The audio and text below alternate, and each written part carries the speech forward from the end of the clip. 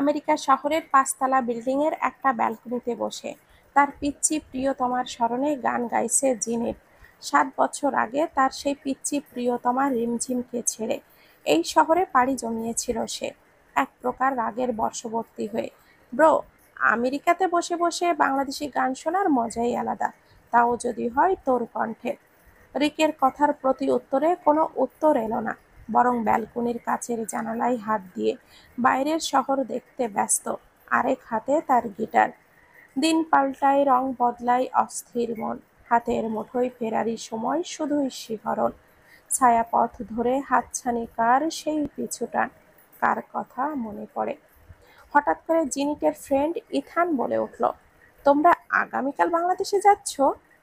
আমিও সত্যি তোমাদের সাথে বাংলাদেশে যেতে চাই, দয়া করে আমাকেও তোমাদের সাথে নিয়ে যাও।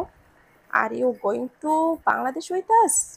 সামনের দিকে তাকিয়েই বলল জিনিট। উত্তেজিত হয়ে ইথান বলল, অফকোর্স। ওকে, থ্যাঙ্কস বলেই এক লাফে চলে গেল ইথান ব্যাগ গোছাতে।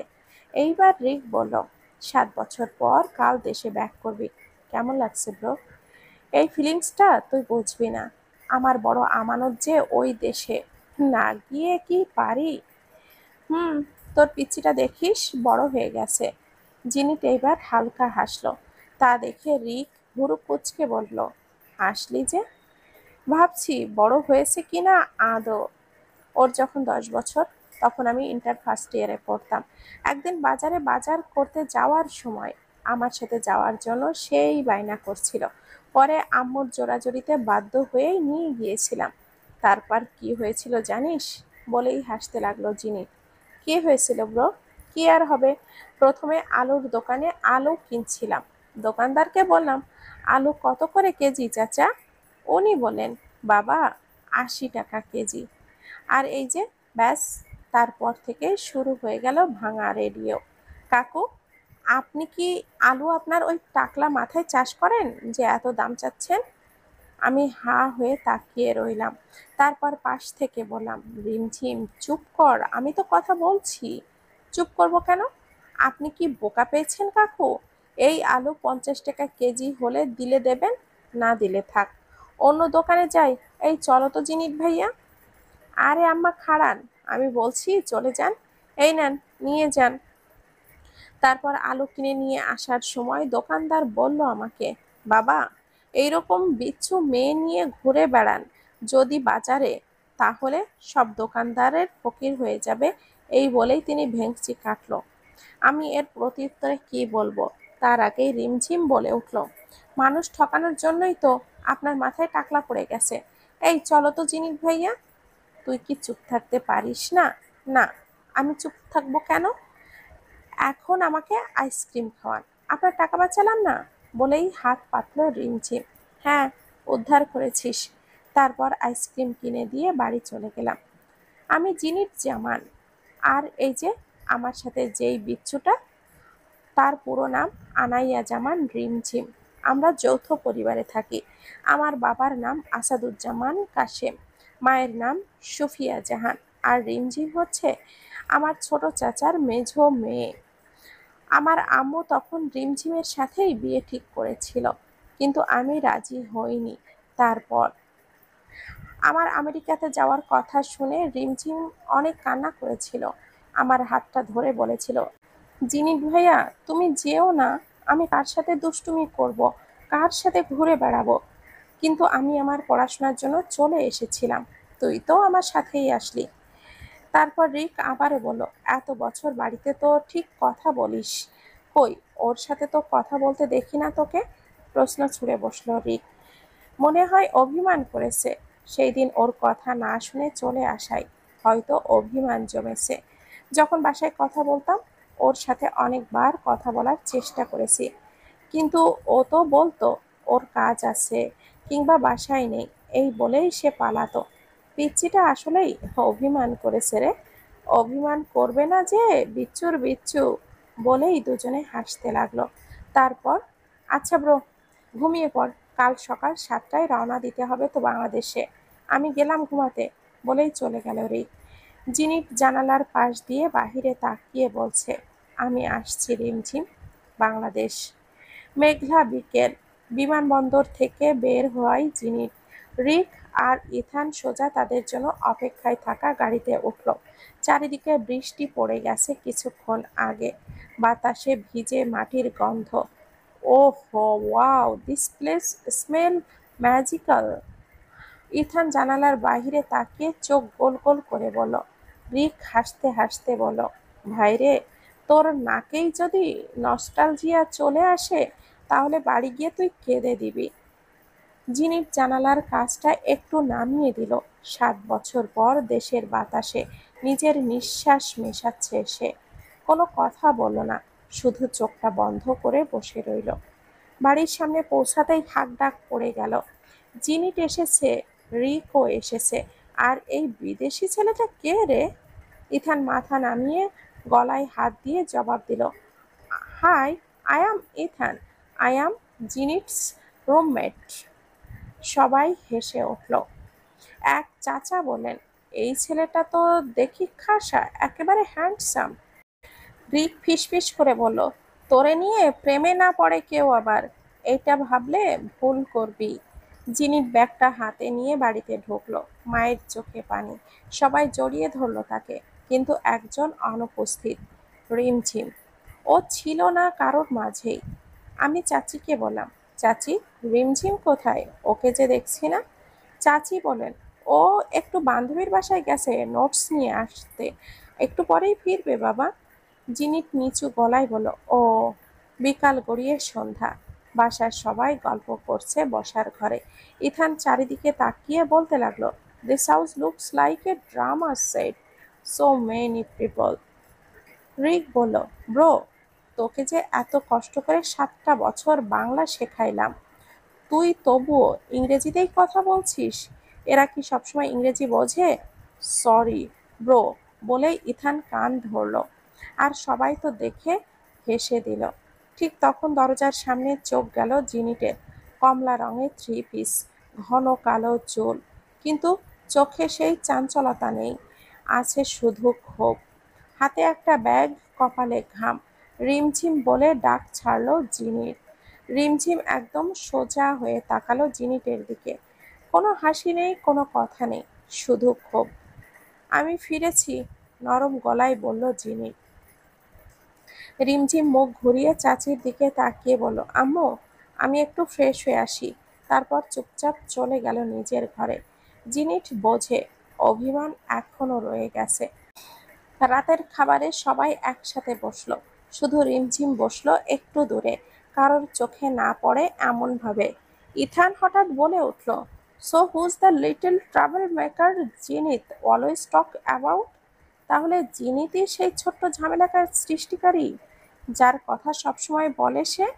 সবাই হেসে উঠল।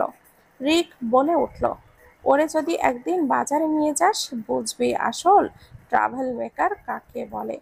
জিনিট হেসে বলল, ওর নাম রিমঝিম, কিন্তু আমি ওকে ডাকি বিচ্ছু বুড়ি। এই কথা শুনে রিমঝিম থেমে গেল। হাতের চামচ থেমে গেল প্লেটের ওপর। চোখে জল আসেনি, কিন্তু ভেতরে কিছু একটা কেঁপে উঠেছে। সেই নামটা কেউ তাকে 7 বছর ধরে আর বলেনি, বিচ্ছু বুড়ি। রাতে রিক ঘরে ঢুকতে ঢুকতে বলল, ব্রো, তুই যদি ভাবিস ও তোকে আগের মতো গ্রহণ করবে, তাহলে ভুল করছিস। 7 বছরে অভিমান তো আর একটা ঠান্ডা চায়ের মতো না যে ফ্রিজে রেখে ঠান্ডা করে খেলি। জিনিট একটা দীর্ঘশ্বাস ফেলে বলল, আমি তো চাই ও আগের মতো থাকুক, কিন্তু যদি বদলেই যায়। তারপর চুপ। রিক আর কিছুই বলল না। ইথান তখন পাশে দাঁড়িয়ে দাঁড়িয়ে বলল, আমি তোমার ভাষা বুঝতে পারছি না, কিন্তু তোমার মুখের ভাষা আমি বুঝতে পারছি। তুমি তাকে মিস করছো, তাই না? জিনিট তাকিয়ে হাসল, ইয়া, আই ডু। চোখের ভেতরে সেই ছোট্ট মেয়েটা যে একদিন বলেছিল, তুমি যেও না, আমি কার সাথে দুষ্টুমি করব। রাত তখন প্রায় 12টা। সবাই ঘুমিয়ে পড়েছে, কিন্তু জিনিটের চোখে ঘুম আসছে না। সে চুপচাপ বারান্দায় এসে দাঁড়ালো। মাথার ওপরে পূর্ণিমার চাঁদ, আর চারপাশের নিস্তব্ধতা। হঠাৎ নিচে চোখ গেল। রিমঝিম উঠোনে একা দাঁড়িয়ে আছে। চোখ তুলে তাকালো ছাদের দিকে। ধরা পড়ল জিনিটের সাথে চোখাচোখি। জিনিট নিচে নামবে কিনা ভাবছে, ঠিক তখনই রিমঝিম আস্তে করে বলল, তুমি চলে যাও, প্লিজ চলে যাও, আমি আর নতুন করে অভ্যস্ত হতে চাই না। জিনিট যেন বাকরুদ্ধ। কিছু বলার আগেই রিমঝিম ঘুরে দাঁড়ালো, কিন্তু ঠিক হওয়ার আগেই থেমে গেল। মৃদু কণ্ঠে বলে উঠল, বিচ্ছু বুড়ি মরে গেছে জিনিট ভাইয়া, এখন আমি ওকে চিনি না। তারপর নিঃশব্দে অন্ধকারে হারিয়ে গেল সে। জিনিট দাঁড়িয়ে রইল স্থির, বুকের ভেতরে ধক করে ওঠে, কিন্তু বাইরের সব নিঃশব্দ। চোখ তুলে আকাশের দিকে, চাঁদের দিকে তাকিয়ে সে শুধু বলল, তাহলে এবার নতুন করে চেনাতে হবে তোকে। ৭ বছর আগে জোর করে চাচাতো বোনের সাথে বিয়ে ঠিক করেছিল তার বাবা মা, কিন্তু জিনিত মুখের ওপরে না করে দিয়েছিল। তার কিছুদিন বাদেই আমেরিকায় পাড়ি জমায় জিনিত। অথচ রিমঝিমের কষ্ট লাগতে পারে কি না এটা একবারও জানার চেষ্টাও করেনি জিনিত। তারপর যখন আমেরিকাতে গিয়ে রিমঝিমের শূন্যতা বুঝতে পেরে দেশে ফিরে আসতে চাইতো ঠিকই, কিন্তু ওই যে কথায় আছে না, সময় বদলায় সাথে মানুষগুলোও, ঠিক তেমনই রিমঝিমও আগের মতো আর জিনিত ভাই করে করে পাগল হয় না। জিনিত ভাই ভাই করেও না। তার মনে একরাশ অভিমান জমানো আছে শুধু তার জন্য। সকালবেলা সকাল ৭টায় জিনিতের ঘুম ভাঙে যায়। তখন ফ্রেশ হয়ে নিচে যায়। ভেবেছিল তার বিচ্ছু বুড়ির সাথে দেখা হবে হয়তো, কিন্তু না, সে কোথাও নেই। তার রুমের কাছে গেলে দেখল রুমের দরজা খোলা। রুমে গিয়ে দেখে রুমে কেউ নেই। তারপর নিচে গিয়ে রান্নাঘরে যায় চাচিকে দেখে রান্না করতে। তারপর ডাক দিল, চাচি। চাচি রান্না করছিল জিনিতের আম্মুর সাথে। ডাক পড়ায় পেছনে ঘুরে তাকায় জিনিত দাঁড়িয়ে। কিরে বাবা, এত সকাল সকাল উঠেছিস যে? চাচি, ঘুম ভেঙে গিয়েছিল তাই উঠে পড়েছি। বলছিলাম চাচি, রিমঝিম কোথায়? তার প্রত্যুত্তরে তার চাচি মলিন হাসলো। তারপর বলল, তাকে কি আর পাবে বাবা এত সকালে? সে তো ৬টায় বের হয়েছে গিটার নিয়ে। দেখো, হয়তো বাড়ির পেছনের মাঠে আছে, গিটার বাজাচ্ছে। বলেই রান্নায় মনোযোগ দিল আবারও। তারপর জিনিত বাড়ির পেছনের একটা মাঠে রওনা দিল। জিনিতদের বাড়ি দোতলা। তাদের বাড়ির পেছনে বিশাল একটা মাঠ আছে, তাদেরই বাপ চাচার জমি। তার বাবা চাচারা একসাথে থাকে, তাই তাদের মধ্যে অনেক মিল। জিনিতের বাবারা ৩ ভাই। জিনিতের বাবা বড় আর রিমঝিমের বাবা ছোট, আর তার মেঝো বাবাও আছে। জিনিতের ১ ভাই ১ বোন, যার নাম নূরজাহান জারা। আর রিমঝিম হচ্ছে তার বাবার একমাত্র মেয়ে, আরিশা জাহান রিমঝিম। আর তার মেঝো বাবার ১ ছেলে ১ মেয়ে। মেয়ের নাম ইফা জাহান আর ছেলের নাম তেহওয়ান জামান। অস্ট্রেলিয়াতে থেকে পড়াশোনা করছে। জিনিস যেদিন আমেরিকাতে যায় তার ২ দিন পরেই তেহওয়ানও অস্ট্রেলিয়াতে চলে যায়। এইদিকে রিমঝিম ছোট থেকেই গিটার বাজানোর অভ্যাস, আর তার গিটার বাজানো শুনতে আশেপাশের বাচ্চারাও আসে। কি হলো আপু, আজ আমাদেরকে গান শোনাবে না? হ্যাঁ আপু, বলছো না কেন আজ? রিমঝিম দীর্ঘশ্বাস ফেলে বলল, আমার দলেরা, আজ আমাকে মাফ করে দাও সবাই। আজ আমার গলা দিয়ে স্বর বের হবে না। তাহলে কেমন হলো? তোমার গান আর গিটারের এই টুংটাং আওয়াজ না শুনলে যে আমাদের ভালো লাগে না। তোদের আপুর মনে হয় স্বামী মারা গেছে, তাই মরা শোক পালন করিতেছে। হঠাৎ পুরুষের কণ্ঠের আওয়াজ পেয়ে সবাই পেছনে তাকায়। দেখে জিনিত দাঁড়িয়ে। সবাই হা হয়ে তাকিয়ে আছে, শুধুমাত্র রিমঝিম বাদে। এর মধ্যে ইভা জিজ্ঞেস করে বসল, ওলে বাবা, এই ফর্সা ইঁদুরটা কে? নিমঝিম আপু? ইভার এমন তোতলানো কথা আর জিনিতকে ইঁদুর বলায় রিমঝিমেরও হাসি আর দমিয়ে রাখতে পারল না। হো হো করে হেসে দিল। জিনিত ছোট থেকেই বাইরের দেশের মতো ফর্সা। বিচ্ছুর সাথে সাথে তোরাও বিচ্ছু হচ্ছিস, যা এখান থেকে। বলেই মুখ গোমড়া করে বাঁকা চোখে তাকালো জিনিত। রিমঝিম এবার বলল, তা এইখানে কোন দুঃখে আসলেন? আপনাকে কে বলল আমি এইখানে আসি? কেন, আমি কি আসতে পারি না নাকি? বললেই রিমঝিমের পাশে বসলো আর বাচ্চাদেরকে বলো, এই তোরা আজ যা তো, অন্যদিন তোদের গান শোনাবে। তারপর সবাই চলে গেল। দুজনের মধ্যে নীরবতা, কেউ কোনো কথা বলছে না। তাই জিনিত নিজেই বলে উঠল, গিটার বাজানো শিখলি কবে? সেই থেকে মনের দুঃখে বাসা বেঁধেছে? রিমঝিম, হুম, কেমন আছিস? খুব ভালো, বলেই মলিন হাসল। আপনি কেমন আছেন? আছি ভালো। রেগে আছিস? সবার কাছে রাগ আবদার করা যায় না জিনিত ভাই। সরি। আপনি সরি বলছেন কেন? ওই দিন হয়তো মুখের ওপরে না করা উচিত ছিল না আমার। তার প্রতি উত্তরে রিমঝিম হাসলো আর বলল, চলুন বাড়িতে যাই। জিনিত আর কথা বাড়ালো না, রিমঝিমের সাথে হাঁটা ধরলো বাড়ির উদ্দেশ্যে। সকালের নাস্তা শেষ করে সবাই বসার রুমে গল্প করতে বসেছে। বিশেষ করে গল্পের আগ্রহী হওয়ায় একটাই কারণ, তা হচ্ছে ইথান। ইথান ভাই, আপনি কি ওইখানে এইরকমই বাঙালি খাবার খাননি কখনো? বলে উঠল ইফা। আমি খেয়েছি না বাঙালি ফুড। আর সবাই হো হো করে হেসে উঠছে ইথানের ভুলভাল বাংলা কথা শুনে। এদের হাসি দেখে ইথান বোকা বোকা করে চেয়ে আছে রিকের দিকে। রিক ইথানের কাঁধে হাত রেখে বলল, ব্রো, তোকে এত কষ্ট করে বাংলা শেখানোই বৃথা আমার। বলেই চোখ ছোট ছোট করে তাকালো। ইভা বলে উঠল, গুরু বলদ হলে শিষ্য তো এমনই হবে। বলেই হাসলো ইভা আর যারা।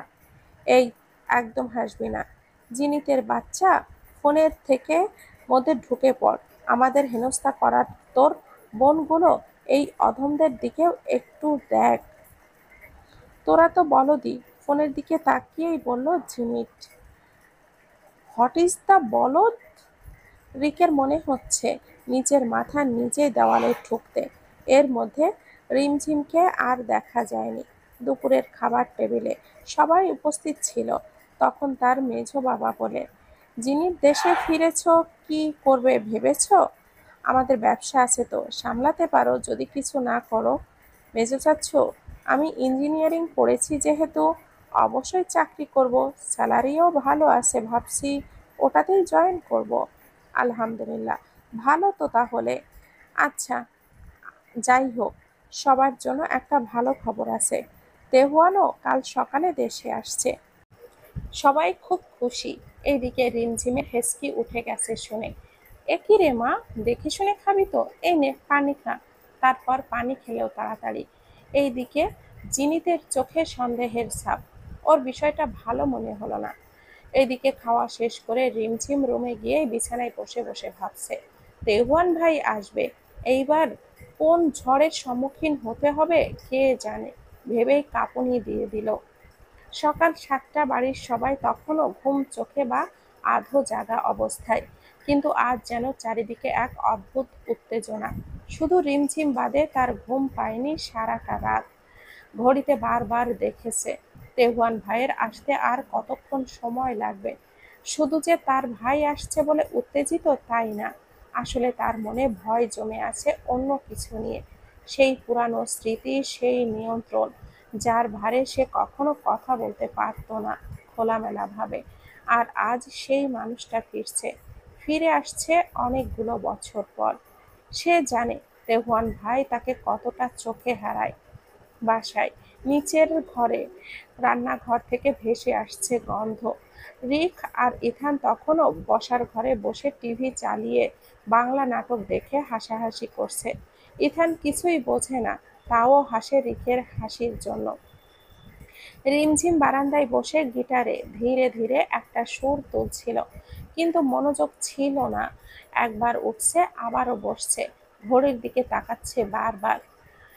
রান্নাঘর থেকে চিৎকার আসে মেঝো চাচির, রিমঝিম মা, একবার আসো তো এখানে। সে উঠে গেল। তখন চাচি হাতে খাবারের থালা তুলে দিচ্ছে। মেঝো চাচি বলে, এটা একটু ডাইনিংয়ে রেখে দাও তো মা, আর যারা আর ইফাকে ডেকে নিয়ে এসো। রিমঝিম মাথা নেড়ে থালাটা নিয়ে গেল। যারাকে দেখতে পেল আয়নার সামনে চুল বাঁধছে। ইভা পাশেই দাঁড়িয়ে এক গাদা চুড়ি হাতে নিয়ে ভাবছে কোনটা পরে ভালো লাগবে তার। এই যে তোমরা, এত সাজুগুজু হচ্ছে কেন? বিয়ে নাকি? যারা হাসি দিল। বিয়ে না, তবে অস্ট্রেলিয়া ফেরত ভাই আসবে, ফ্যাশন তো একটু মারতেই হবে। ইফা বলে উঠল, আরে ভাবছিস দেওয়ান ভাই তোকে দেখেই প্রেমে পড়ে যাবে? বলেই মুখ বাঁকালো আর বলল, আমার ভাই তোর মতো শাকচুন্নিকে পছন্দ করবেই না। যারাও বলল, নো প্রবলেম। আর না হয় আমেরিকা ফেরত জিনিত ভাইয়ের বন্ধু আছে না ইথান, বলেই দুই হাত দিয়ে মুখ ঢাকলো। তারপর বলল, ওকে পটাবো। রিমঝিম চুপ করে হাসি চাপলো আর বলল, হায় হায় মাইয়া কয় কি। তারপর চুপচাপ ফিরে গেল ডাইনিংয়ে। সকাল 9:30টায় এয়ারপোর্ট রোড।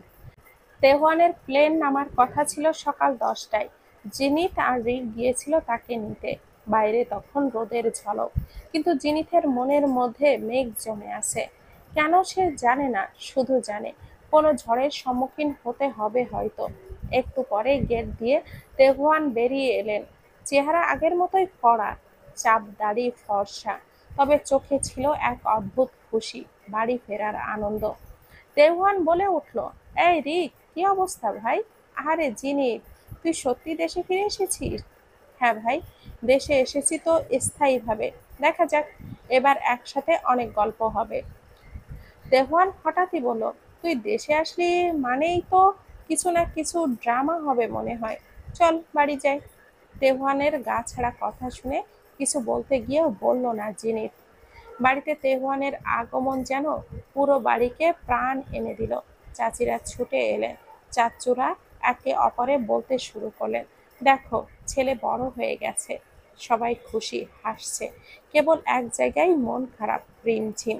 সে দাঁড়িয়ে ছিল দূরে সিঁড়ির কোণ ঘেঁষে, চুপি চুপি তাকাচ্ছিল। তেহওয়ান আশেপাশে তাকাতেই চোখ পড়ল সিঁড়ির কোণে দুজনের চোখাচোখি। দুজনের মধ্যে ক্ষণিকের দৃষ্টি বিনিময় হলো, ঠান্ডা অস্পষ্ট। তেহুয়ান, আরে কি রে, কাছে আয় তো। বড় হয়েছিস মনে হয়, চিনতে পারছিস না তো? রিমঝিম ধীরে ধীরে এগিয়ে এলো। তেহুয়ান মাথায় হাত রাখলো। তেহুয়ান বলে উঠল, আর আগের মতোই দুষ্টুমি করিস না তো? প্রেম টেম করছিস না তো আবার? বলেই চোখ ছোট ছোট করে তাকালো তেহুয়ান। এই কথায় রিমঝিম মাথা নিচু করে উচ্চ স্বরে হেসে ফেলল, কিন্তু সেই হাসির নিচে চাপা পড়ে রইল কত না বলা কষ্ট। দুপুরে সবাই একসাথে খেতে বসেছে। তেহুয়ান গল্প করছে, হাসাচ্ছে। হঠাৎ করে তেহুয়ান সবাইকে বলল, এই রিমঝিম, শুনলাম তুই নাকি আজকাল গিটার বাজাস। হ্যাঁ, শিখেছি কিছুটা। বাহ, তাহলে রাতে একটা গান শোনাবি দেখি তোর মিউজিক সেন্স কেমন আছে। জিনিত তখন বলে উঠল, ও অনেক ভালো বাজায় ভাই, বাচ্চারা পর্যন্ত বসে শোনে। তেহুয়ানও বলল। জিনিতের কথায় পাত্তা না দিয়েই বলে উঠল, রিমঝিম, তাহলে আজ রাতে গান শোনাতেই হবে। রিমঝিম কোনো উত্তর না দিয়ে মাথা নিচু করে খেলো। রাত 8টা, বাড়ির পেছনের গার্ডেনে বসার আয়োজন করা হয়েছে। আজ সব বাড়ির ছেলে মেয়েরা গল্প আড্ডা দিবে। বড়রা বাড়ির ভেতরে আছে। ফেরি লাইটগুলো ঝোলানো, চারিদিকে হালকা আলো। তেহুয়ান আর জিনিত এক পাশে বসা, অন্য পাশে ইথান, রিক, ইফা, যারা, রিমঝিম। তেহুয়ান বলল, রিমঝিম, গিটার বাজানো শুরু করো। রিমঝিম গিটার বাজানো শুরু করলো। তুমি রবে নীরবে হৃদয়ে মম, তুমি রবে নীরবে নিবিড় নিভৃত পূর্ণিমা, নিশীথিনী স্বপন, তুমি রবে নীরবে হৃদয়ে মম। গান শুনতে শুনতে চারপাশ নিস্তব্ধ হয়ে গেল। তেওহানের চোখে এক প্রকার রাগান্বিত দৃষ্টি, গভীর সেটা। গান শেষে সবাই হাততালি দিল। এইদিকে ইথাম কিছুতেই একটা বুঝলো না, তাই উদাসী মন নিয়েই ঠোঁট উল্টালো।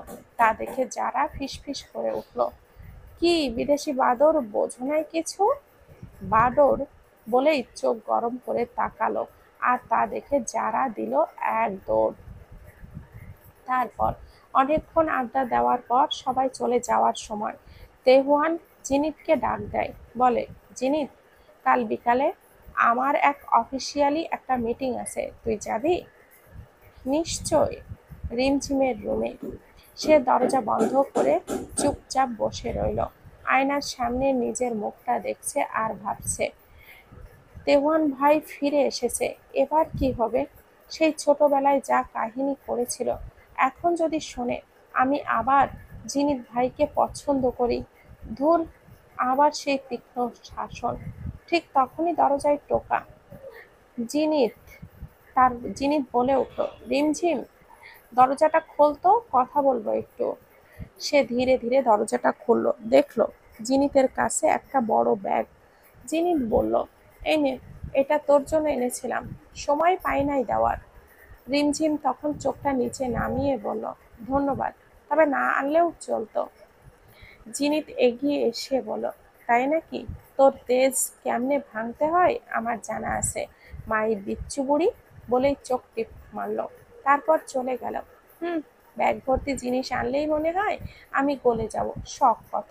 একাই বিড়বিড় করে বলছিল। তারপর আবারও টোকা পড়ল দরজায়। এইবার একটু রেগে গেল। তারপর রিমঝিম দরজাটা খুলে কিছু বলতে যাবে, তার আগেই দেখে তেহওয়ান দাঁড়িয়ে। কিরে, রুমে ঢুকতে দিবি না? হ্যাঁ হ্যাঁ, ভেতরে আসেন ভাই, এই নে, তোর জন্য কিছু জিনিস এনেছি। বলেই ব্যাগটা রুমে রাখলো। তা দেখে রিমঝিম মনে মনে বলতে লাগলো, বাপরে, এত কিছু আমি যদি বাজারে বিক্রি করি লাভবান হয়ে যাব দেখতেছি। কিরে, কি ভাবছিস? বলেই ভুরু কুচকে তাকালো তেহওয়ানের দিকে। কই কিছু না তো, বলেই বোকা বোকা হাসি দিল। তুই এইবার কোন ক্লাসে রে? আপনি কি আমাকে বাচ্চা ভেবেছেন? আমি এখন অনার্স ফার্স্ট ইয়ারে, তাও দর্শন বিভাগ। বলেই ভাব নিল। হয়েছে, আর ভাব নিতে হবে না, এখন পড়াশোনায় মনোযোগ দে, না ছাড়া বিয়ে দিয়ে একেবারে দিব। আমি যাই রুমে। তারপর চলে যাওয়ার সময় পেছন ফিরে বলল, শোন, হুম আমি যেন জিনিতের সাথে তোকে আর কথা বলতে না শুনি, তাহলে আমার চেয়ে খারাপ আর কেউ হবে না। বলেই চলে গেলেন। রিমঝিম কি আর বলবে, দরজা আটকে রুমে বসে ভাবল, সেই ছোটবেলায় জিনিত ভাই মুখের ওপরে না করে দেওয়ায় আমি তেমন কষ্ট পেয়েছিলাম ঠিক কি, কিন্তু বেশি কষ্ট পেয়েছিলাম তার আমেরিকায় চলে যাওয়া। আর সেই দিনই রেহান ভাই বলেছিল, শোন রিমঝিম, যে কেউ ভালোবাসার মর্ম দিতে জানে না, জানলে এইভাবে যেত না। আমি যেন তোর চোখে ওর জন্য আর পানি ফেলতে না দেখি, তাহলে কিন্তু তোকে এক্ষুনি অন্য ছেলের সাথে বিয়ে ঠিক করে দেব। ও হলো তারপর সেও তো অস্ট্রেলিয়াতে চলে যায়, কিন্তু সেখানে গিয়েও আমার খোঁজ প্রতিদিনই নিত। তারপর থেকে শাসন আর শাসন। এইসব ভাবতে ভাবতেই হঠাৎই ফোনে মেসেজ আসলো। চেক করে দেখি, তেহওয়ান ভাই, কিরে, ঘুমা তাড়াতাড়ি, কাল তোর জন্য একটা সারপ্রাইজ আছে। আবার কি হবে কাল কে জানে। রিমঝিম দীর্ঘশ্বাস ফেলে বলল, আপনাকে ভুলে যাওয়ার ক্ষমতা সত্যি আমার নেই জিনিত ভাই, হাজারো মানুষের ভিড়ে সেই আপনাকেই চোখে পড়ে যে আমার। সকাল 7টা। রিমঝিম, ওঠ তাড়াতাড়ি, ভাইয়া ডাকছে তোকে। বলেই চলে গেল ইভা। ধুর, ঘুমাতেও দিবে না। বলেই উঠে পড়ল। তারপর ফ্রেশ হয়ে নিচে গেল, কিন্তু নিচে গিয়ে যা দেখে, তারপর আর এক সেকেন্ডও দাঁড়ালো না, ছুটে দৌড় দিল বাইরে থাকা কালো বাইকের কাছে। ইস, এত সুন্দর বাইক কে আনলো আমাদের বাড়িতে? আম্মু, ওই আম্মু, বাসায় কি কেউ আসছে? জোরে বলল রিমঝিম। বাড়ির ভেতর থেকে ছুটে এলো তার মা। এভাবে ডাকায় তার মা বলে উঠল, ষাঁড়ের মতো চিল্লানি দিচ্ছিস কেন? আম্মু, কেউ কি আসছে বাসায়? বাইকটা কার? বাইকটা আমার, পেছন থেকে বলে উঠল তেহুয়ান। নে, এবার ষাঁড়টাকে সামলা বাবা, আমি গেলাম রান্না করতে। বলেই চলে গেলেন তিনি রান্নাঘরে। রিমঝিম খুব উত্তেজিত হয়ে বলল, তেহুয়ান ভাই, আপনি বাইক কিনেছেন? কবে কিনলেন? আর আপনার গাড়ি কই গেল? তেহুয়ান ভুরু কুঁচকে বলে উঠল, গাড়ি ভালো লাগে না, তাই বিক্রি করে দিয়েছি। আপ রিমঝিমকে বলতে না দিয়ে তেহুয়ান বলে উঠল, তুই তোর ভাঙা রেডিওটা বন্ধ করবি? চল, তোকে বেরিয়ে নিয়ে আসি। রিমঝিম অবাকের সুরে বলে উঠল, সত্যি নিয়ে যাবেন আমায়? চল, রেডি হয়ে আসি। বেশি না, 5 মিনিট। ওকে, দেরি করবি না বেশি। তারপর দুজন ঘুরতে গেল। কিছুক্ষণ ঘোরাঘুরির পর ব্রিজের সামনে দাঁড়ালো দুজন। দুজনের মধ্যে নীরবতা বিরাজ করছে। গোধূলির আকাশে যেন হালকা মেঘ জমেছে আজ। হালকা বাতাস বইছে, তার উপরে রিমঝিম বলে উঠল, তেহুয়ান ভাই, সামনে তাকিয়ে উত্তর দিল, বল। আপনি দেশে ফিরেছেন, এখন কি করার প্ল্যান? ছোটখাটো জব, একটু হাসি দিয়েই বলল তেহওয়ান। জব না করে চাচুর সাথে কোম্পানি সামলাতে তো পারেন। এর প্রতি উত্তরে তেহওয়ান হাসলো, আকাশের দিকে তাকিয়ে বলল, জীবনটা খুব ছোট রিমঝিম, তাই অন্যের উপরে নির্ভর না করে নিজের মতো করে চলা উচিত। নিজের ছোট ছোট ইচ্ছে, ছোট ছোট আশা পূরণ করা উচিত। একটা মানুষ যখন হাসবে দেখবি তার ভেতরটাও সবাই হাসবে, তাকে সাপোর্ট করবে। কিন্তু যখন দেখবে কান্না করছে, তখন আর তাকে কেউ সাপোর্ট করবে না, বরং তাকে নিয়ে পরিহাস করবে। ঠিক তেমন, বাপ দাদার যতই জমি জমা থাকুক না কেন, তার উপরে নির্ভর হওয়া উচিত না। একটা সময় নিজেকেই বোঝা বলে মনে হবে। আর নিজে যদি পরিশ্রম করে একটা টাকাও আয় করি না, তার মধ্যে কতটা শান্তি পাওয়া যায় তা তোকে বলে বোঝাতে পারবো না। এতক্ষণ রিমঝিম মনোযোগ দিয়ে শুনছিল তেহওয়ানের কথা। তারপর বলল, তেহওয়ান ভাই, আপনি এত কিছু ভাবেন? তার বিনিময়ে তেহওয়ান মলিন হাসলো। তারপর বলে উঠল, হয়েছে, এখানে থাকবি নাকি বাড়ি যাবি? যাবো তো, কিন্তু আপনি কিছু ভুলে যাচ্ছেন, বলে রাগ দেখালো রিমঝিম। রিমঝিমের অমন রাগি রাগি ফেস দেখে তেহওয়ান ভাবতে লাগলো, কি ভুলে গেলাম। হঠাৎ ভাবতে ভাবতে পাশে তাকিয়ে দেখলো ফুচকাওয়ালা। তা দেখে তেহওয়ান উচ্চস্বরে হেসে দিল। তেহওয়ানের হাসি দেখে রিমঝিম তেহওয়ানের দিকে তাকিয়ে দেখলো আর ভাবতে লাগলো, তেহওয়ান ভাইয়ের হাসিটা কত সুন্দর, একদম নিষ্পাপ। রিমঝিমের ভাবনার মাঝেই বলে উঠল, তো মহারানী, ফুচকা না খাওয়ার জন্য রাগ? হুম, বলেই হেসে দিল রিমঝিম। তারপর গিয়ে ফুচকা কিনে দিল। ফুচকা খেতে খেতে রিমঝিম বলে উঠল, তেহওয়ান ভাই, আপনারটা কই, আপনি খাবেন না? না, আমি এত ঝাল পছন্দ করি না। তা শুনে রিমঝিম তার প্লেট থেকে একটা ফুচকার ভেতর থেকে চামচ দিয়ে মরিচগুলো সব ফেলে দিয়ে তেহওয়ানের সামনে ধরলো আর বলল, এই নে, এটাতে ঝাল নাই। তেহওয়ান ওর কাণ্ড দেখে হাসলো আর খেয়ে নিল। আচ্ছা, তোর ফুচকা এত পছন্দ কেন বলতো? জানি না, 99% মেয়েরাই তো পছন্দ করে, আমারও তো একটা শখ আছে ফুচকা নিয়ে, বলেই দাঁত কেলিয়ে হাসলো রিমঝিম। আবার কি শখ তোর? নিশ্চয়ই ভুলভাল শখ তোর, বলেই চোখ ছোট ছোট করে তাকালো তেহওয়ান। আমার বিয়ের দিন আমার বর ফুচকাওয়ালা হয়ে ফুচকা বানিয়ে দিবে, আর আমি তার কাস্টমার হয়ে ফুচকা খাবো, বলেই হাসি দিল রিমঝিম। তেহওয়ান হাসবে না কাঁদবে বুঝে উঠতে পারলো না। এমন ইচ্ছাও আবার কারোর হয়, বলেই দীর্ঘশ্বাস ফেলল। তারপর দুজন অনেক গল্প গুজব করতে করতে বাড়ির উদ্দেশ্যে রওনা দিল। তারপর দুজনে দুজনের রুমে চলে গেল। রিমঝিম রিমঝিমের রুমের দরজা আটকিয়ে পেছনে ঘুরে অবাক হলো, কারণ তার বিছানায় জিনিত বসে আছে, ফোনে কি যেন করছে। হঠাৎই জিনিত ফোনের দিকে তাকিয়েই বলল, কোথায় গিয়েছিলি তেহওয়ানের সাথে? সেটা আপনাকে বলতে বাধ্য নই আমি। আপনি আমার রুম থেকে বের হন। এক ঝটকায় জিনিত বিছানা থেকে উঠে রিমঝিমের গলাটা চেপে ধরলো আর বলল, খুব সাহস না তোর? আমার সাথে, আপনার সাথে তো এমন করে ঘুরে বেড়াস না, তাহলে ওর বেলায় কেন? কেন, টেল মি। রিমঝিমের দম বন্ধ হয়ে আসছে, তবুও তার তোয়াক্কা না করেই বলে উঠল, তেহওয়ান ভাই আপনার মতো না, সে আমাকে যেভাবে আগলিয়ে রাখে, তার কাছে আপনি কিছুই নয়। জিনিতের রাগ যেন আরো বেড়ে গেল। রিমঝিমের গলা ছেড়ে দিয়ে নিজেই নিজের হাত দিয়ে দেওয়ালের ঘুষি মারলো আর বলে উঠল, কেন রিমঝিম, আমাকে কি মেনে নেওয়া যায় না? আমাকে কি ভালোবাসা যায় না? আমি জানি আমি ভুল করেছিলাম সেদিন চলে গিয়ে, তার জন্য আজও আমি অনুতপ্ত। প্লিজ আর একটা সুযোগ দে। তা শুনে রিমঝিম মলিন হাসলো আর বলল, জিনিত ভাই, নারীকে এতটাও সস্তা ভেবো না। নারীকে ভাঙা সহজ হলেও জোড়ে দেওয়া অতটাও সোজা নয়, বরং তা ভেঙে গিয়ে নিজেদের মতো করে বাঁচতে শেখে। প্রতিটা মানুষই পূর্ণ হওয়ার জন্য অনেক চেষ্টা করে, কিন্তু যখনই দেখে অপূর্ণতাই রয়ে যাচ্ছে, তখন তারা নিজেরাই সরে আসে। প্লিজ বিচ্ছি বুড়ি, জাস্ট একটা সুযোগ দে। আমি যে তোকে ছাড়া বাঁচবো না। কাঁপা কাঁপা গলায় বলে উঠল জিনিত। প্লিজ চলে যান আমার রুম থেকে, বলেই সরে গেল জিনিতের থেকে। জিনিত আর কিছুই বলল না। রুম থেকে বের হওয়ার সময় পেছন ঘুরে বলল, আমি কোনো কথা শুনতে চাই না, রাতে রেডি থাকিস। আমরা লং ড্রাইভে যাব। তারপর রিমঝিমকে কিচ্ছু বলার সুযোগ না দিয়ে সে চলে গেল তার রুম থেকে। সারা দিনে আর জিনিতকে দেখা যায়নি। এইদিকে বিকাল গড়িয়ে রাত হতে চলল, তবুও জিনিতের কোনো খবর নেই। রাতে রিমঝিম তার বড় চাচিকে বলল, চাচি, জিনিত ভাই কই? ও তো ওর বন্ধুদের সাথে বেরিয়েছে, বলে গেছে রাত হবে। কোথায় গেছে চাচি? বললো তো অফিসের কাজের জন্য, রাতে ফিরবে। কেন রে মা, কি হয়েছে? তোর কি দরকার জিনিতকে? না না চাচি, এমনিতে সারাদিন দেখি নাই তো, এই জন্য বললাম।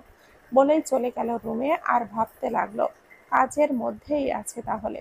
মনে হয় ভুলে গেছে লং ড্রাইভের কথা। যাক, বাঁচলাম। ব্যালকনিতে দাঁড়িয়ে রিমঝিম বিড়বিড়িয়ে বলতে লাগলো, জীবনটা শুরুতেই সুন্দর ছিল, সবকিছু ছিল স্বাভাবিক, কিন্তু আমি নিজেই ভুল করেছি। আমি আপনার মায়ায় পড়েছি জিনিত ভাই, আজও আটকে আছি সেই মায়ায়। রাত ৯টা। বড় চাচি, বড় চাচা বলে ডাক ছাড়ল তেহুয়ান। তেহুয়ানের এই সময় এমন ডাক শুনে সবাই বসার রুমে চলে এসেছে। রিমঝিম বসার রুমেই ছিল। জিনিত মাত্রই বাড়িতে প্রবেশ করে ড্রয়িং রুমের সামনে দাঁড়িয়ে যাচ্ছিল, আর তখনই তেহুয়ান বলে উঠল, তুইও দাঁড়া, কথা আছে। গম্ভীর কণ্ঠে বলে উঠল তেহুয়ান। কিরে বাবা, কি হয়েছে? জিনিতের বাবা বলে উঠল, তোমার ছেলের গায়ে যে হাত তুলি নাই এখনো পর্যন্ত, এটাই তোমার ছেলের ভাগ্য। কেন রে বাবা, কি হয়েছে? আমার ছেলে কি করেছে? জিনিতের মা বলে উঠল, তোমার ছেলের সাহস কি করে হয় রিমঝিমের গায়ে হাত তোলার? আমাকে বলো বড় চাচ্ছ। বলেই পাশে থাকা ফুলদানিটা ছুঁড়ে ফেলে দিল তেহুয়ান। রিমঝিমের সব মাথার উপর দিয়ে গেল। রিমঝিম মনে মনে ভাবতে লাগলো, তেহুয়ান ভাই জানলো কেমনে জিনিত ভাই হাত তুলেছিল? জিনিত, এসব কি শুনছি? তুমি রিমঝিমের মায়ের গায়ে হাত তুলেছ? তোমার থেকে এসব আশা করি নাই। তেহুয়ান, তুমি শান্ত হও। জিনিতের বাবা কথাগুলো বলে উঠল। জিনিতের মাও বলল, বাবা, তুই কি ওর গায়ে হাত তুলেছিস? কেন? এতক্ষণ পর জিনিত বলে উঠল, মা, আমি রিমঝিমকে ভালোবাসি। ও শুধু আমার সাথে ঘুরবে আর কারোর সাথে না, তাই আমি হাত তুলেছি। এমন গা ছাড়া কথা শুনে তেহুয়ান জিনিতের কলারটা চেপে ধরে আর বলে, তোকে আমি লাস্ট ওয়ার্নিং দিচ্ছি, ওর গায়ে হাত তোলা তো দূর, ওর আশেপাশেও যেন তোকে না দেখি। আর তারপর কলারটা ছেড়ে দিল। জিনিতের বাবা বলে উঠল, জিনিত, তুমি হয়তো ভুলে যাচ্ছ, সেই অধিকার তুমি অনেক আগেই ছেড়ে দিয়েছিলে। বাবা, আমি জানি আমি ভুল করেছিলাম, তার জন্য আমি অনুতপ্ত, কিন্তু ওকে আমার চাই মানে চাই। বলেই রুমে চলে গেল জিনিত। জিনিতের বাবাও বলে উঠল, তোমার ছেলেকে তুমি বোঝাও সুফিয়া, এরকম ভুল যেন আর দ্বিতীয়বার না করে। রিমঝিমের বাবা আর তেহরানের বাবা নাই 2 দিনের জন্য গ্রামের বাড়িতে গেছে, যদি একবার কানে যায় কি হবে তুমি নিশ্চয়ই জানো। বলেই রুমে চলে গেলেন কাশেম। রিমঝিমের মা এখনো এখানেই ছিলেন। জিনিতের মা রিমঝিমের মাকে বলল, রাইমা, আমি আমার ছেলের হয়ে ক্ষমা চাচ্ছি, কিছু মনে করো না, এরপর থেকে আমি দেখে রাখবো। হ্যাঁ, দেখেই রেখো, নয়তো আমার মেয়েটাকে আর কষ্ট পেতে দিও না, দয়া করে। বলেই চলে গেলেন রাইমা। রিমঝিম এতক্ষণ সবই দেখছিল। হঠাৎ পাশে তাকিয়ে দেখে তেহরান দাঁড়িয়ে রয়েছে, আর তার দিকে তাকিয়ে চোখ গরম করে। তার লাল দুটো চোখ দেখে ভয় পেয়ে গেল। বেয়াদব মেয়ে, ফাটিয়ে দিব একটা চড়। এত কিছুতেও তোর মুখ দিয়ে কথা আসে না, আর এখন কি হয়েছিল? তোর ওই মুখ আমি ভেঙে দিব। বলেই জোরে জোরে নিঃশ্বাস নিল তেহুয়ান। আসলে হয়েছে কি না, মানে, তার আগে এটা বলেন, আপনি জানলেন কি করে, কেমনে? তোর ফোন দিতে গিয়েছিলাম বলেই পকেট থেকে ফোনটা বের করে দিল আর বলল, রুমে যা, তোকে দেখে রাগ উঠছে আমার। কিন্তু বলেই সোফায় গিয়ে গা এলিয়ে দিল। রিমঝিমকে পায় আর কে, সে এক দৌড়ে রুমে চলে গেল, কারণ সে জানে তেহুয়ানের রাগ কেমন। জিনিত রুমে গিয়ে ফ্রেশ হয়ে ব্যালকনিতে দাঁড়িয়ে আছে, রাতে কিছুই খায়নি। এইদিকে রিক আর ইথান গেছে রিকের গ্রামের বাড়িতে। আকাশটা আজ পুরো দিন মেঘলা জমানো। জিনিত গিটার নিয়ে বসলো ব্যালকনিতে, তার উপর গেয়ে উঠল, আমার আগুনের ছাই জমে জমে কত পাহাড় হয়ে যায়, আমার ফাগুনেরা দিন গুনে গুনে আর উধাও হয়ে যায়, যত পথের বাধা সবই তো কালো সাদা, কবে ঠিকানা পেয়ে হবে রঙিন, চেনা নামেরই ডাকে আমি কি পাবো তাকে, কবে রে আসবে সে রোদেলা দিন, বলে চোখ ভিজে উঠল জিনিতের। সারা রাত নির্ঘুমে কেটেছে তার। এইদিকে রিমঝিম আর তেহুয়ানো না খেয়ে ঘুমিয়ে পড়েছে। বাকি সবাই কেউ আর ডাকেনি তাদের। সকাল ৮টা। মা, মা, আমাকে খেতে দাও, ক্লাস আছে, কলেজে যেতে হবে, বলে তাড়াহুড়ো করে টেবিলে বসে পড়ল রিমঝিম, যারা আর এভাও। শুধু তো ঘুম পাড়ছিস, তো তোরা বদমাইশের মতো আকাম করে বেড়াস, পড়াশোনা করিস কখন? সিঁড়ি দিয়ে নিচে নামতে নামতে বলল তেহুয়ান।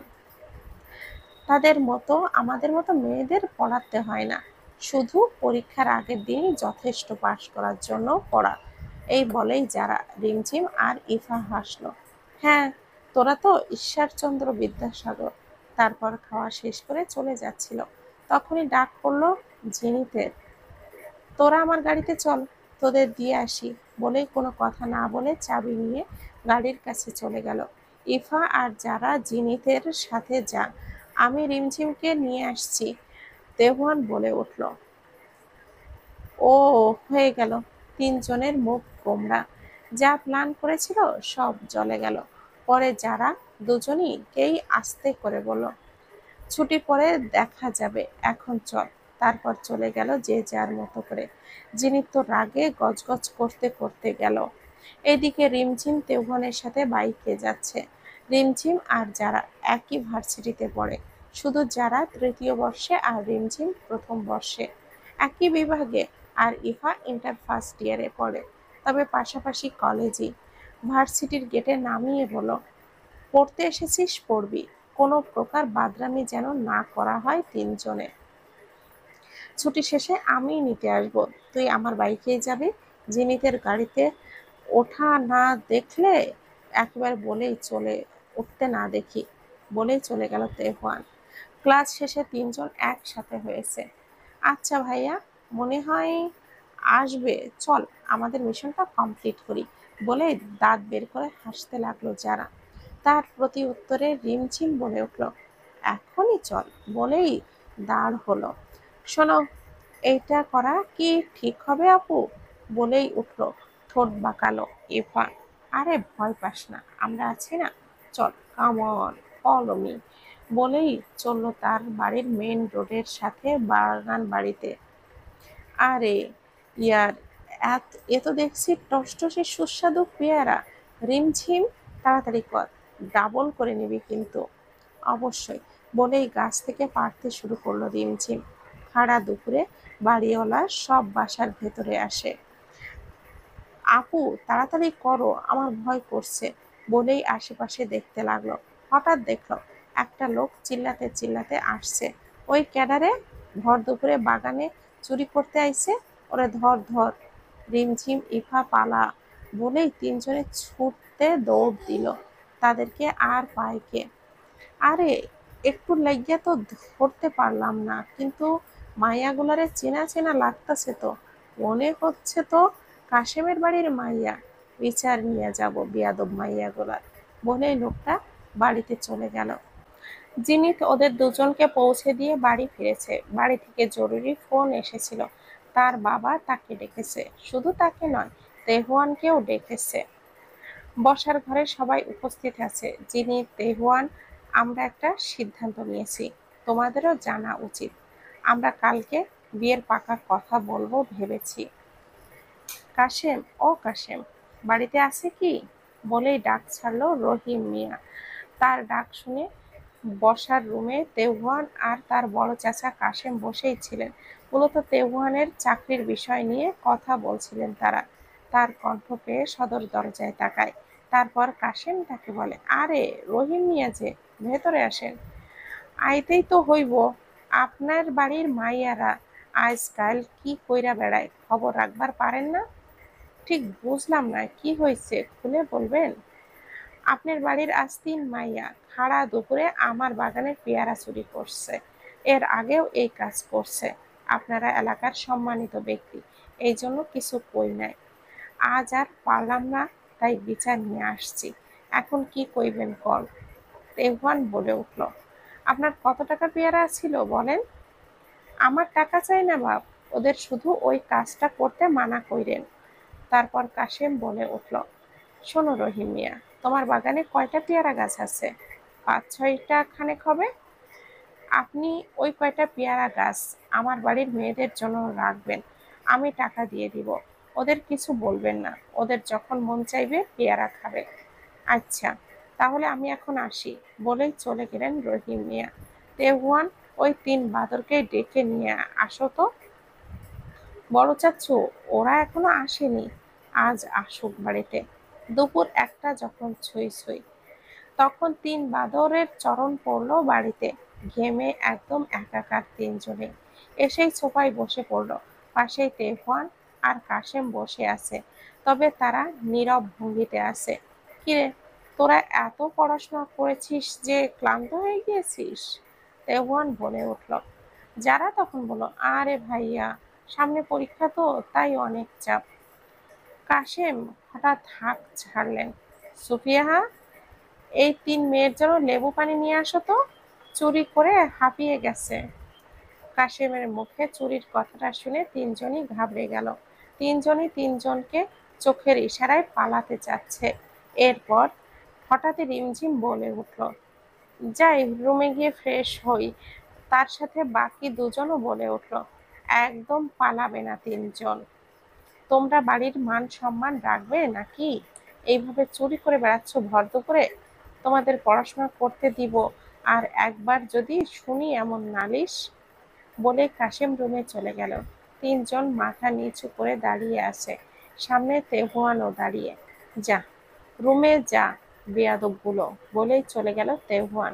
তারপর ইফা বলে উঠল, আমি আগেই বলেছিলাম এমন করো না, শুনলে না তো আমার কথা। রিমঝিম বলে উঠল, আরে চিল, এত প্যারা নিও না, চল রুমে গিয়ে ফ্রেশ হই, বলেই চলে গেল। আর একজন আড়াল থেকে দেখে ভাবল, তুই তো বড় চোর, সে এক নিমিষেই বোন চুরিও করতে পারে, বলেই হাসল। যিনি থ্রিক আর ইথানকে আজ দুপুরে এইখানে খেতে বলেছে, তাই দুজনেই এসেছে। ইথানকে রিক অনেক বাংলা শিখিয়েছে, এখন মোটামুটি পারে। ইথান সিঁড়ি দিয়ে যাচ্ছিল জিনিতের রুমে, তখনই দেখে যারা পাশের রুম থেকে বের হচ্ছে। ইথানকে ডেকে বসলো যারাকে, হেই মিস, কেমন আছো?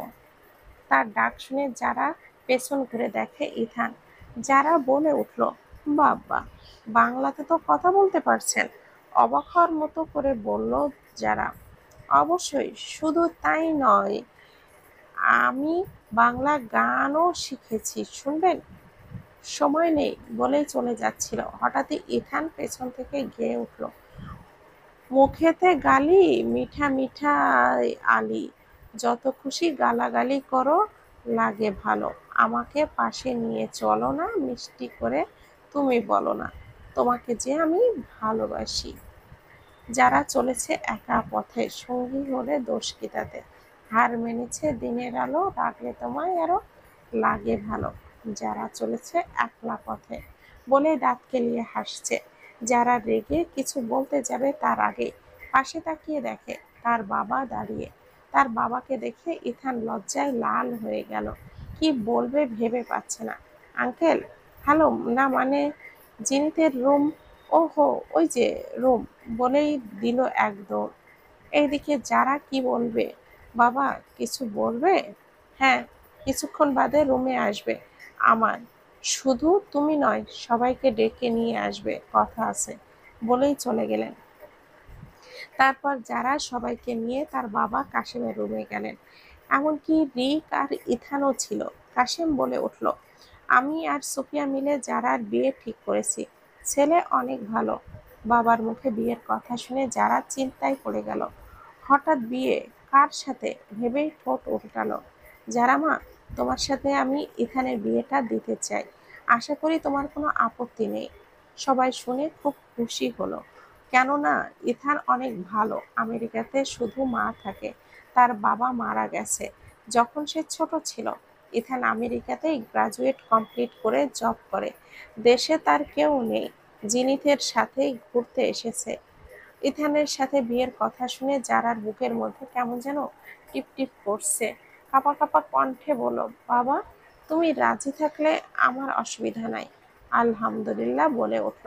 ইথান তো মিটমিটিয়ে হাসছে, কারণ ইথান অনেক আগেই ওর বাবার কাছে প্রস্তাব দিয়েছিল। শুধু জিনিত আর তার বাবা জানতো। যারা রুমে গিয়েছে, রিমঝিম আর ইভা খেয়ে খাবার খাওয়ার জন্য ডাকছে, কিন্তু রুমে গিয়ে যা কাণ্ড দেখে তা হা হয়ে গেছে তাতে। রিমঝিম তো বলেই উঠল, এ তো দেখছি বিয়ের শখের পাগল হয়ে গেছে একেবারে।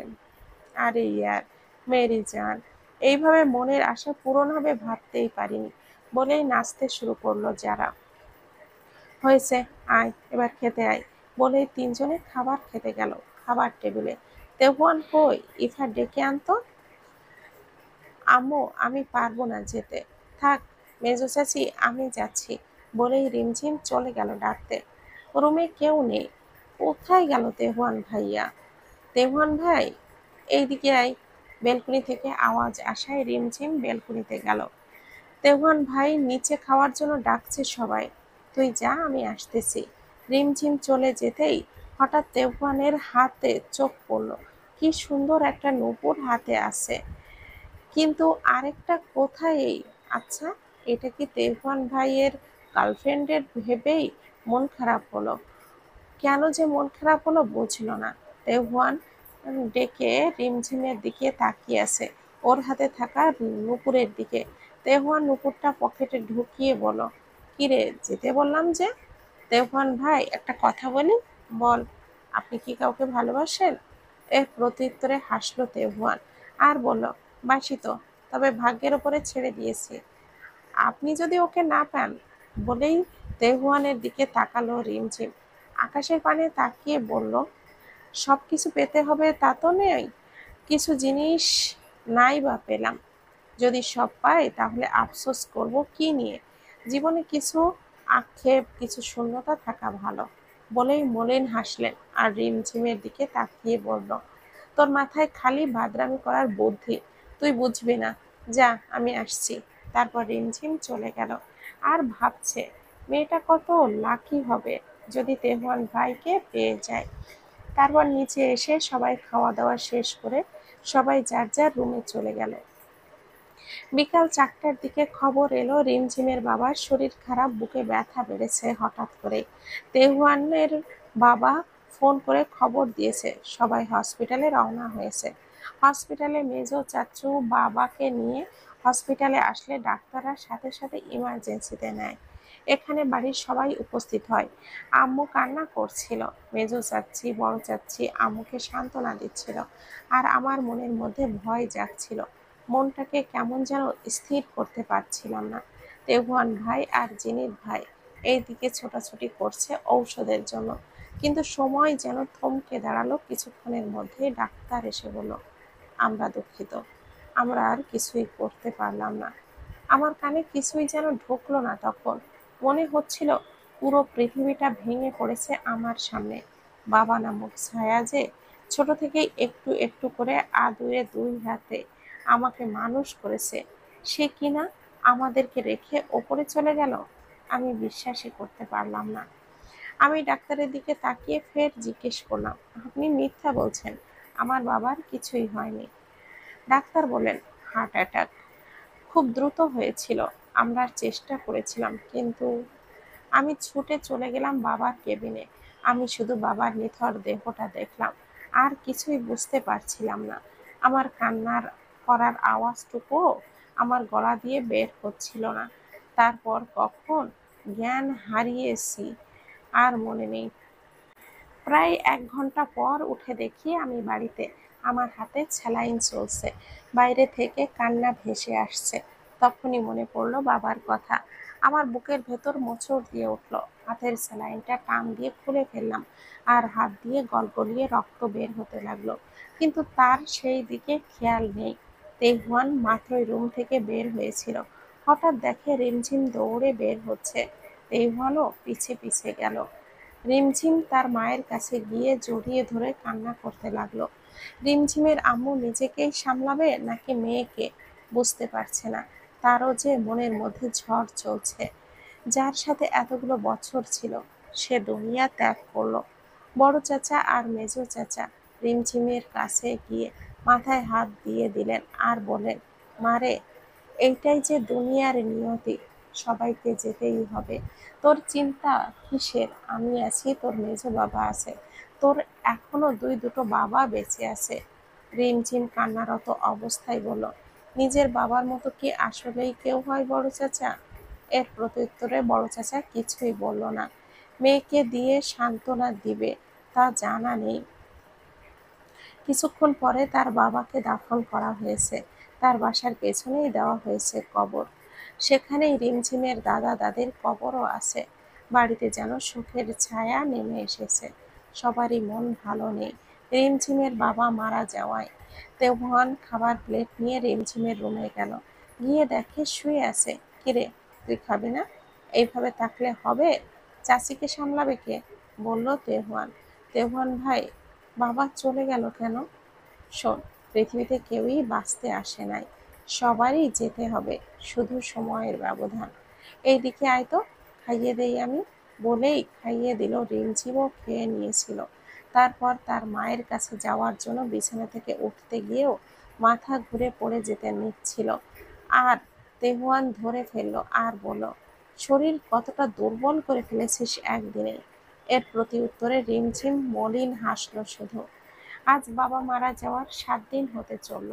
মায়ের শরীর আগের তুলনায় একটু ভালো। মেজো চাচা বড় চাচা মায়ের পাশেই থাকছে সব সময়। মা আমার মুখের দিকে চেয়ে এখন আর কান্না করে না। আমি এই 7 দিনে প্রতিদিনই বাবার কবর দেখতে যাই ভোরে।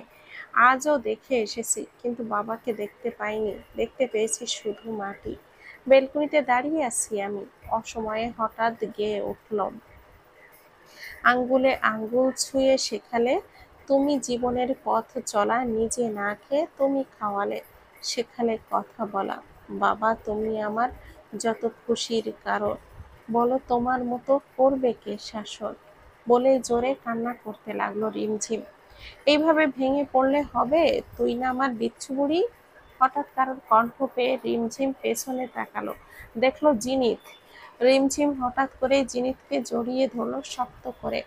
কান্না যেন থামছেই না। জিনিত রিমঝিমের মাথায় হাত বুলিয়ে দিচ্ছে আর বলছে, নিজেকে শক্ত কর বিচ্ছু বুড়ি। জীবনটা বড়ই অদ্ভুত।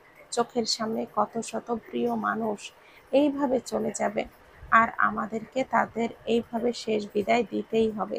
এটাই জীবন। ভালো করে পড়াশোনা করে বড় হতে হবে। তোকে না ছাড়া বিয়ে করব না কিন্তু। রিমঝিম চট করে মাথা তুলে তাকালো জিনিতের দিকে। তারপর জিনিতকে দেখে দূরে সরে গেল আর বলল, সরি জিনিত ভাই। রিমঝিম বলে উঠল, এইদিকে কেউ আড়াল থেকে দেখছে আর রাগে ফুঁসছে। এর মধ্যে আমেরিকা থেকে ইথানের আম্মু ফোন দিয়ে জানালো কাল দেশে আসছে সে, তার ছেলের বিয়ের জন্য। কাশেম ভেবেছিল কিছুদিন যাক, তারপর না হয়, কিন্তু ওর মা আসার কথা শুনে ভাবলো পরশু আংটি পরানোর সিদ্ধান্ত নেওয়া ভালো। আজ রিমঝিম ক্লাসে গিয়েছিল, কেননা তার আজ ক্লাস টেস্ট পড়েছে, দেওয়াটা বাধ্যতামূলক তাই। যারা আসে নাই, তার হবু শাশুড়ি আসবে তাই। আর ইভা তো ইচ্ছে করেই কলেজে আসে নাই, তার আর যারা আপুর শাশুড়িকে দেখার জন্য। ক্লাস শেষে বাড়ির উদ্দেশ্যে রওনা দিল। রিকশা না পাওয়ায় হাঁটতে শুরু করেছে। হঠাৎ একটা ছেলে এসে দাঁড়ালো তার সামনে, বলল, কি সুন্দরী, একা যে, চলো আমি যাই তোমার সাথে। বলেই রিমঝিমের হাতটা ধরলো। রিমঝিম অমনি দিল এক কামড় হাতের ওপরে, আর ছেলেটা ব্যথায় কুঁকড়িয়ে উঠল। তা দেখে বলল, আমাকে চিনিস না বোধহয় কালাচাঁদ, এমন মাইর দিব না, হাসপাতালে পড়ে থাকতে হবে বেয়াদব। কিন্তু ছেলেটা হাত ছাড়লো না। হঠাৎ ছেলেটার হাতে অনেক জোরে টিপ ছাড়লো, আর কেউ আর অমনি ব্যথায় হাতটা ছেড়ে দিল। রিমঝিম আশেপাশে তাকিয়ে কাউকে পেল না, হাত ছাড়া পেয়ে অমনি দিল দৌড়। আর কেউ একজন আড়াল থেকে বলল, বেচারা, তোর ওই হাতটা টাটা বাই বাই বলার সময় চলে এসেছে রে, বলেই বাঁকা হাসি দিল। কিছুক্ষণ বাদে, এ কি, কে আপনি? এইভাবে পথ আটকিয়েছেন কেন? কেন আবার? বাড়ি পর্যন্ত এগিয়ে দিয়ে আসি, চল। মেয়েদের সাহায্য করতে পারিস, আমি ছেলে হয়ে না হয় সাহায্য করি। সরুন তো এখান থেকে। আশ্চর্য, হঠাৎ করেই হাত মুচড়ে ধরল ছেলেটা আর চিৎকার দিয়ে বলে উঠল, এই হাত দিয়ে ছুঁয়েছিলি তুই রিমঝিমকে, তোর হাত আজ আমি ভেঙে দেব। বলেই হাত মুছড়ে আশেপাশে তাকিয়ে কিছু খুঁজছিল, পেয়েও গেল ইটের আধা ভাঙা টুকরো, তুলে নিল হাতে, দিল কয়েকটা বাড়ি। রাস্তায় লোকজন জড়ো হয়ে দুজনকে ধরে ফেললো, অনেক কষ্টে ছাড়িয়েছে। কিন্তু ছেলের হাতের অবস্থাটা ভালো নয়, ভেঙেই গেছে হয়তো। তাকে হাসপাতালে নিয়ে গেল একজন, আর আরেকজন চলে গেল বাড়িতে। এর মধ্যে এক লোক বলে উঠল, আরে, এইটা তো কাশেম বাড়ির পোলা। রিমঝিম বাড়ি ফিরে সোজা চলে গেছে, কিন্তু তার মনের মধ্যে একটা প্রশ্নই জাগছে, কে ঢিলটা ছুড়ল? দেওয়ান, জিনিত, আয় তো একটু নিচে। কাশেমের ডাক পড়ল। দুজনেই নিচে নেমে এলো। সাথে সাথে সেই সাথে বয়স্ক ব্যক্তিটিও রাস্তায় মারামারি করার সময় উপস্থিত ছিল। সে ঘুরে তাকালো সিঁড়ির দিকে, দুজনকে নামতে দেখে বলে উঠল, ওই তো, ওই পোলা, রাস্তায় মারামারি করতে দেখছি। বলেই হাত উঠিয়ে দেখালো। এ কি দেওয়ান, এসব কি শুনছি? তুমি মারামারি করে বেড়াচ্ছ রাস্তাঘাটে? বলেই উঠলেন তেহওয়ানের বাবা রোকনুজ্জামান। কিরে বাবা, তুই তো মারামারি করার ছেলে নস, এসব কি শুনছি? তেহওয়ান এবার মুখ খুলল, বলল, বাবা, ছেলেটা রাস্তায় মেয়েদেরকে বিনা পারমিশনে হাত ধরে বাসায় নিয়ে যাইতে চায়, তাই আমিও একটু হাত ধরে নিয়ে যেতে চাইছিলাম। আসলে না, তো ভাবলাম হাতটা কেটে দিয়ে নিয়ে আসি, কিন্তু ও পাবলিকগুলোর জন্য সম্ভব হলো না। বলতে বলতে সোফায় বসে পড়ল তেহরান। তেহওয়ান এর এমন কথা শুনে রোকন ক্ষেপে গিয়ে বলে উঠল, মুখের কি ভাষা তোমার দেওয়ান? বাসায় 2 দিন বাদে অনুষ্ঠান, আমি যেন কোনো ঝামেলা না শুনি। বলেই চলে গেলেন রোকনুজ্জামান। এইদিকে, চাচা, আপনি বাসায় যান, আমি বিষয়টা দেখছি, আর ছেলেটার যা চিকিৎসার খরচ আমি দিব। বলেই কাশেম চলে গেল। এদিকে যারা নিচেই নামছিল, এদেরকে কথা বলতে দেখে আড়ি পেতে সব শুনেছে। বাসার রুমে এখন শুধু জিনিত আর তেহওয়ান বসে আছে, দুজনের মধ্যে পিনপতন নীরবতা। হঠাৎ জিনিত বলে উঠল, রিমঝিমের জন্য মেরেছিস বুঝি? বলেই হাসি দিল জিনিত। অবশ্যই না, যে কোনো মেয়ে যদি ওর জায়গায় থাকতো অবশ্যই একই কাজ করতাম। বলেই উঠে চলে যেতে লাগলো। তখনই জিনিত বলে উঠল, পালাচ্ছিস? তেহওয়ান এর প্রতিউত্তরে কিছুই বলল না, চলে গেল সোজা। বিকাল 5টা। ইথানের মা এসেছে বাড়িতে। বাড়িতে সব লোকজন আসতে শুরু করেছে, কাল এঙ্গেজমেন্ট তাই। রিকও এসেছে। ইথানের মা বাংলাদেশে অনেকবার এসেছে, কেননা তার মা বাংলাদেশেরই মানুষ।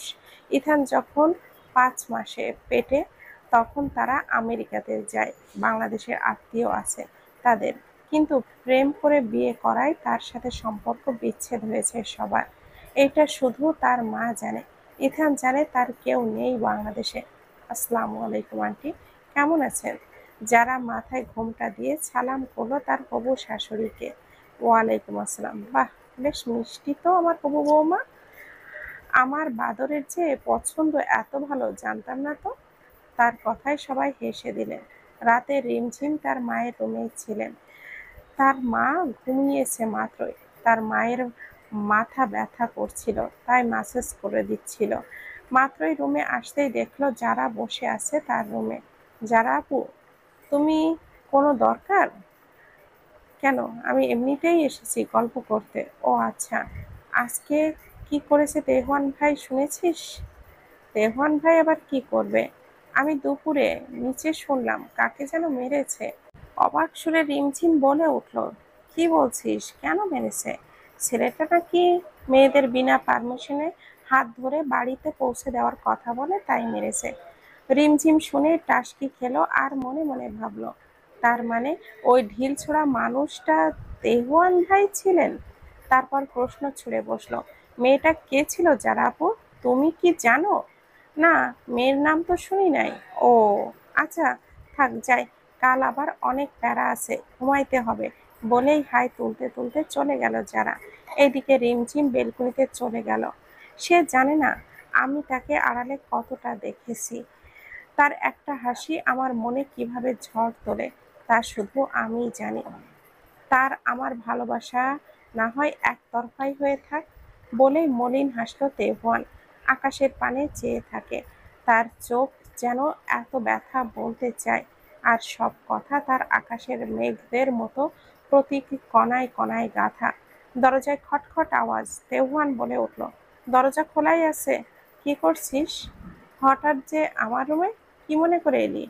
আকাশে তারা গুনতেছিলি নাকি? বলে উঠল জিনিত। এর প্রতি উত্তরে তেহওয়ান হাসল। ভালোবাসিস রিমঝিমকে?